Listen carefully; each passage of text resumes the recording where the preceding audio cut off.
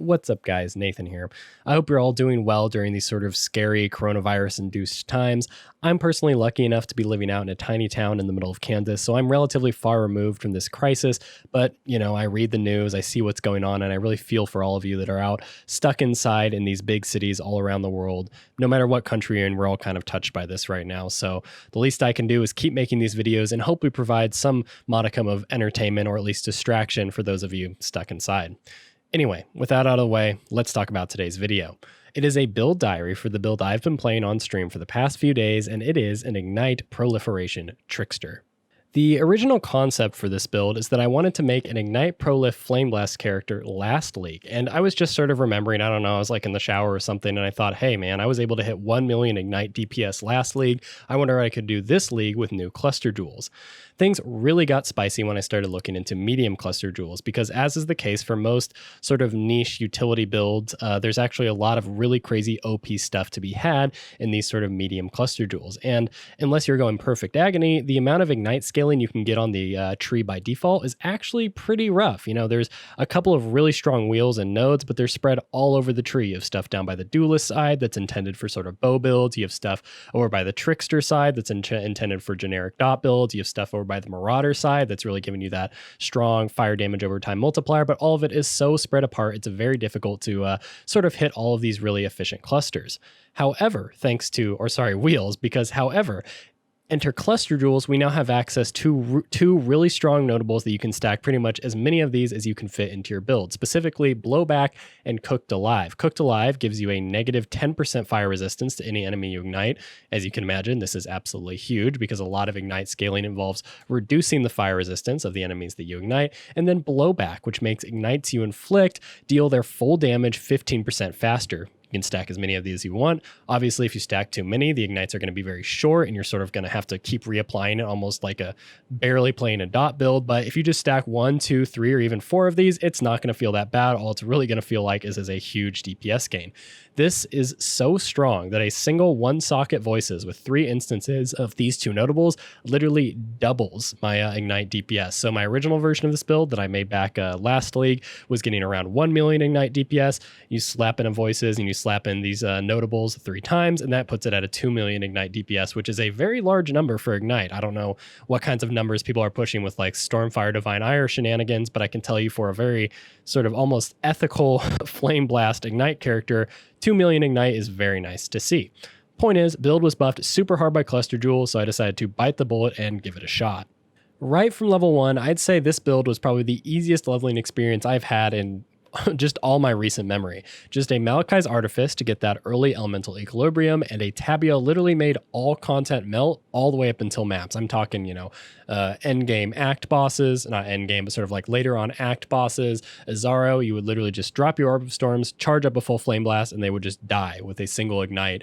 Was really fun. Definitely a little bit different. Channeling skills are a little weird, but once you got the hang of it, really smooth leveling experience overall. I used Fireball up until level 28 because that was the first time you could use Flame Blast. And then around level 80, I did a little bit of Path of Building time spending, and I realized the amount of Ignite DPS you can get from Fireball is actually not that bad compared to Flame Blast. It's around 1.6 million versus around 2 million Ignite DPS with my current sort of borderline budget setup, but with way better clear speed. Flame Blast actually does feel very good to clear with, but as you sort of get into these more rippier, more dense, delirium fueled maps, you really want that sort of click once, several screens just completely melt away, and you get that on Fireball, but you can't quite get that on Flame Blast.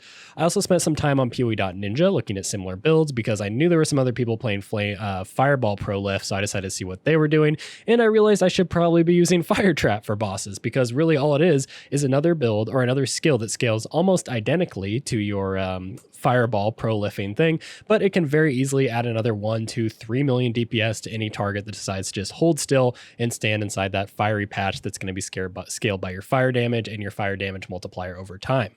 For defenses, I ended up investing in Ghost Shrouds, a phasing on kill Abyss Jewel, and a significant amount of blind from these awesome notables, Disorienting Display and Smoking Remains. These are generic notable, I don't know, I'm calling the generic, but they're notables that you can get from the fire large cluster jewel. If I wanted to go max DPS, I would have to use a voices, but really this only gives me an extra couple points. You know, I'm losing some efficiency there, and then I'm not getting the max DPS of 3 medium clusters. I'm only getting 2, but I sort of gain all of this blind, and it's very noticeable. I wasn't using it until I ran level 90. Then I slapped both of these things on, and suddenly everything that I'm killing, I get to see this sort of like blind effect on them, and I know that I'm that much safer.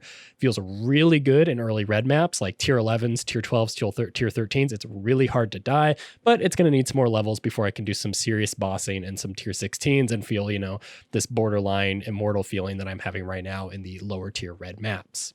As far as gearing goes, that's going to be probably my favorite part of this build is honestly how cheap it is to start. And the reason why it's so cheap is just because I think a lot of people aren't playing it right now. They're too caught up in their purposeful harbingers and their impale cyclones, all that good stuff.